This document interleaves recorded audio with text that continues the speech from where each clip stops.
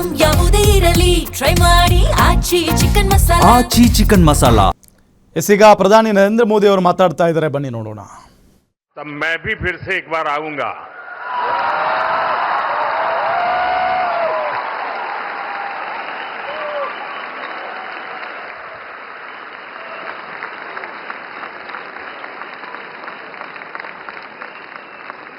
आज दिव्य और भव्य ध्यान मंदिर का लोकार्पण हुआ है.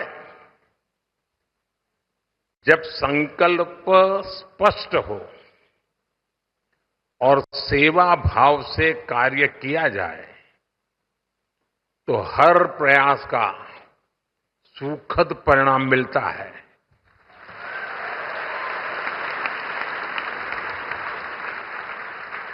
बाकी कुछ हो या न हो, हम सब लोटस की छत्र छाया में है.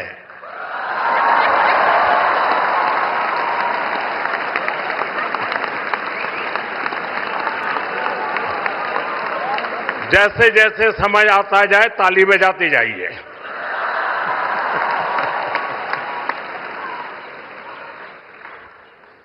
और गुरुदेव के आशीर्वाद है तो फिर लोटस की छत्र छाया ही देश को नई ऊंचाइयों पर ले जाएगी.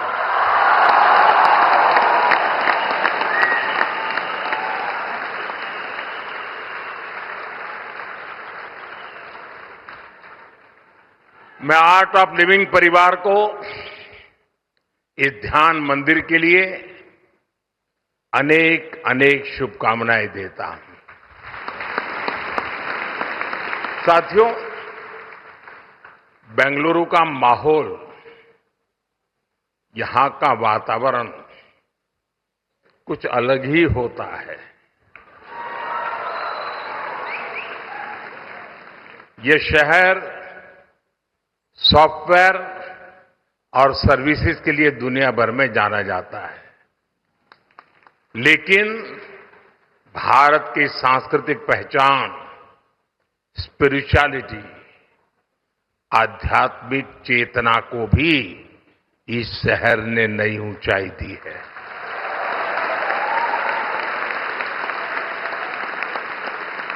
योग, ध्यान, प्राणायाम भारत के संस्कारों का अभिन्न हिस्सा रहे हैं.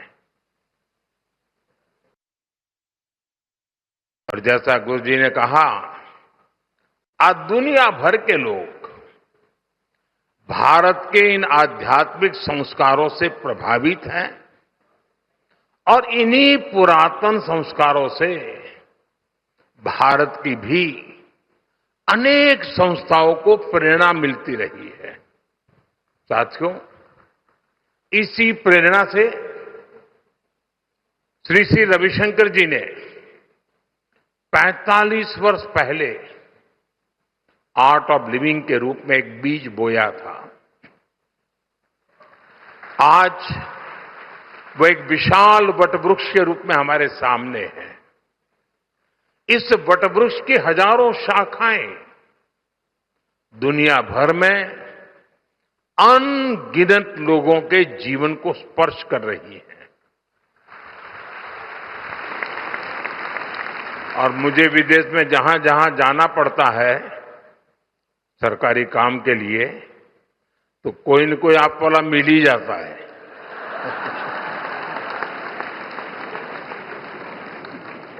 साथियों, हमारा भारत विविधताओं से भरा देश है. इतनी भाषाएं, इतनी परंपराएं, अलग अलग रीति रिवाज, उपासना के अलग अलग तरीके.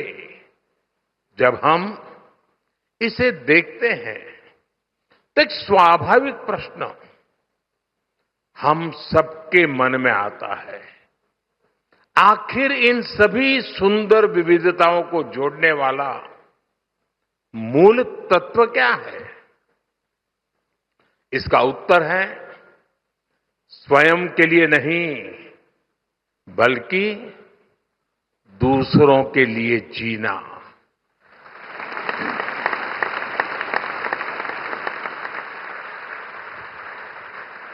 हमारे यहां कहा गया है, अष्टादश पुराणेषु व्यासस्य वचनम द्वयम परोपकाराः पुण्याय पापाय परपीडनम। अर्थात दूसरों की सेवा करना पुण्य है और पीड़ा देना पाप है। सेवा परमो धर्म है। ये हमारे समाज का स्वाभाविक चरित्र है। पीढ़ी दर पीढ़ी ये संस्कार सरिता हम सबको संस्कारित करती है, प्रेरित करती है, ऊर्जावान बनाती है। भारत के अनेक आध्यात्मिक आंदोलनों ने अंततः स्वयं को मानव सेवा के माध्यम से ही अभिव्यक्त किया है। मुझे खुशी है कि आर्ट ऑफ लिविंग के हर प्रयास में सेवा की इसी भावना का प्रतिबिंब नजर आता है।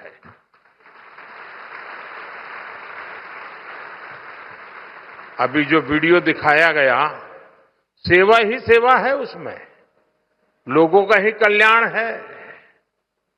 मैं आर्ट ऑफ लिविंग की यात्रा से जुड़े हर वॉलेंटियर को अपनी हार्दिक शुभकामनाएं देता हूं। साथियों, कोई भी अभियान तब सफल होता है जब उसके साथ समाज की शक्ति जुड़ जाती है। इसलिए ऐसे हर महत्वपूर्ण मिशन के लिए समाज की शक्ति को जागृत करना बहुत आवश्यक है। मेरा हमेशा से विश्वास रहा है कि समाज, राजनीति और कोई भी सरकार तभी सफल हो सकती है जब समाज स्वयं राष्ट्र निर्माण में सक्रिय भागीदारी निभाता है। अब जैसे हमारा स्वच्छ भारत अभियान है, ये सिर्फ सरकारी कार्यक्रम नहीं है, बल्कि ये लोगों के जीवन का स्वाभाविक हिस्सा बन चुका है। अब ये समाज की शक्ति से ही आगे बढ़ रहा है। साथियों, जब समाज सक्रिय हो जाता है, तब देश की सबसे बड़ी चुनौतियों का भी सामूहिक समाधान निकाला जा सकता है। ये देखना बहुत ही सुखद है कि आर्ट ऑफ लिविंग संस्था भी हमेशा से समाज की इस शक्ति को साथ लेकर चलती है। आप सभी ने विकास से जुड़े कार्यक्रमों में सोशल अप्रोच को बहुत महत्व दिया है। चाहे वृक्षारोपण अभियान हो या रूरल स्मार्ट विलेज सेंटर्स हो, महिलाओं और जनजातीय समाज को सशक्त बनाने वाले कार्यक्रम हो या फिर कैदियों के मानसिक स्वास्थ्य को बेहतर बनाने वाला अभियान हो, ये सभी प्रयास देश और समाज की विकास यात्रा के उसमें महत्वपूर्ण योगदान देने वाले होते हैं।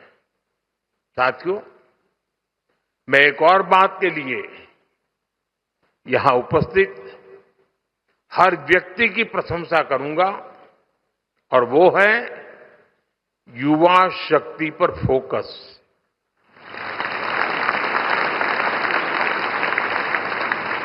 आज की दुनिया में बहुत तेजी से बड़े बड़े परिवर्तन हो रहे हैं।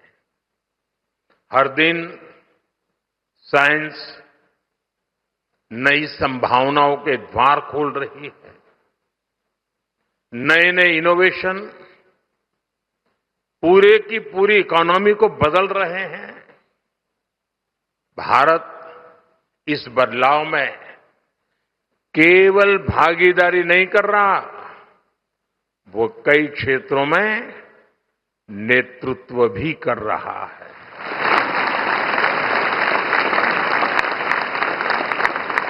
हमारी डिजिटल क्रांति ने भारत को डिजिटल पेमेंट में ग्लोबल लीडर बनाया है।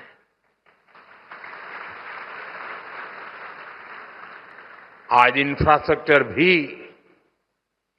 अभूतपूर्व गति से आगे बढ़ रहा है और फ्यूचरिस्टिक विजन के साथ आगे बढ़ रहा है। स्टार्टअप में भारत बहुत तेजी से दुनिया का तीसरा सबसे बड़ा इकोसिस्टम बना है।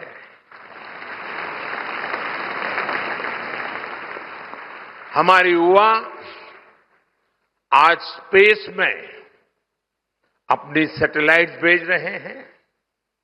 देश की ऐसी सभी उपलब्धियों का सबसे बड़ा कारण है हमारे युवा है और आर्ट ऑफ लिविंग है। युवाओं को आज के आधुनिक युग की चुनौतियों के समाधान पाने में गुरुदेव और आर्ट ऑफ लिविंग बहुत सहायता कर रहा है। साथियों, आज टेक्नोलॉजी की वजह से दूर बैठे लोग एक पल में एक दूसरे से जुड़ रहे हैं, लेकिन जरूरी है हम दुनिया से जुड़े या न जुड़े, स्वयं से तो जुड़े।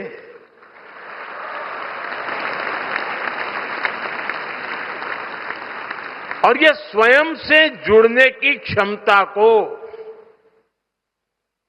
चाहे बीजारोपण करना हो, उसको सिंचन करना हो या उसको सक्षम बनाना हो, ये महान परंपरा से संभव होता है। विकसित भारत का निर्माण ऐसे युवाओं से ही होगा जो युवा मानसिक रूप से शांत हो, जो सामाजिक रूप से जिम्मेदार हो और जो समाज के प्रति संवेदनशील हो। इसलिए स्पिरिचुअल वेलबींग, मेंटल हेल्थ, योग, मेडिटेशन, इस पर काम करने वाली आपकी ये महत्वपूर्ण गतिविधि और इस प्रकार से काम करने वाली अन्य संस्थाएं भी, इन सब की भूमिका बहुत बहुत अहम है। ऐसी संस्थाएं लोगों में जुड़ाव, अपनापन और सामूहिक जिम्मेदारी का भाव मजबूत करती हैं। साथ ही ऐसी संस्थाओं में लोगों को अपनी संस्कृति को जानने और समझने का अवसर भी मिलता है। मुझे विश्वास है कि आज जिस ध्यान मंदिर का उद्घाटन हुआ है, वो आने वाली अनेक पीढ़ियों को, हजारों लोगों के लिए शांति और उपचार का केंद्र बनेगा।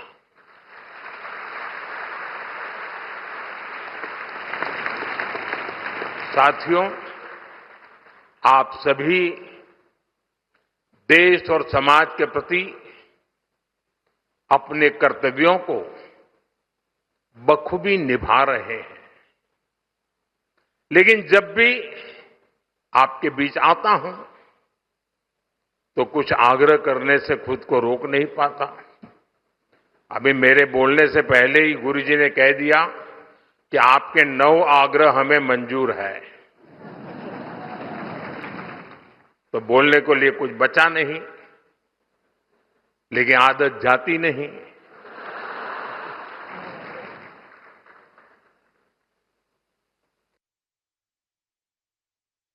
भारत के होलिस्टिक डेवलपमेंट के लिए कई स्तरों पर सामूहिक प्रयास की आवश्यकता है। इनमें आर्ट ऑफ लिविंग जैसे संगठन महत्वपूर्ण भूमिका और ज्यादा शक्ति से इस परिवर्तन के प्रहरी बन सकते हैं।